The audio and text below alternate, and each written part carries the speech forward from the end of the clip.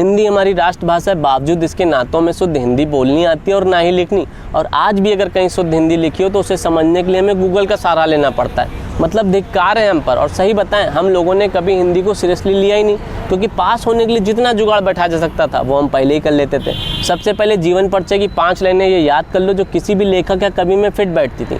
उसके नाम के आगे तुमको यही लिखना होता था कि अद्भुत प्रतिभा के धनी थे, इनका प्रारंभिक जीवन अत्यधिक कष्टदायी था क्योंकि इनके माता पिता का ध्यान बचपन में हो गया था, इनका हिंदी में विशेष रुचि थी और इन्होंने मैट्रिकुलेशन की परीक्षा प्रथम श्रेणी से उत्तीर्ण की थी।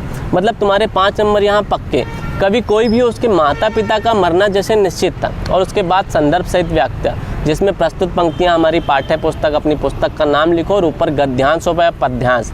इतना घुमा फिरा करके लिखो ना तुम्हारे समझ में आए और ना पढ़ने वाले के, तो यहाँ भी तुम्हारे नंबर पक्के। और ऑप्शनल नकल मार के अगल बगल वाले से कि पहले का दूसरा, दूसरे का तीसरा, तीसरे का चौथा। और बस उसके बाद क्या, पत्र और निबंध, इनमें कुछ करना ही नहीं है। हिंदी के 10-12 भारी शब्द जैसे संकुचित, अत्यधिक, विशिष्ट लिख दो। मैं कतई तुमको गारंटी के साथ कर सकता हूँ कि कोई माई का लाल तुमको फेल ही नहीं कर सकता।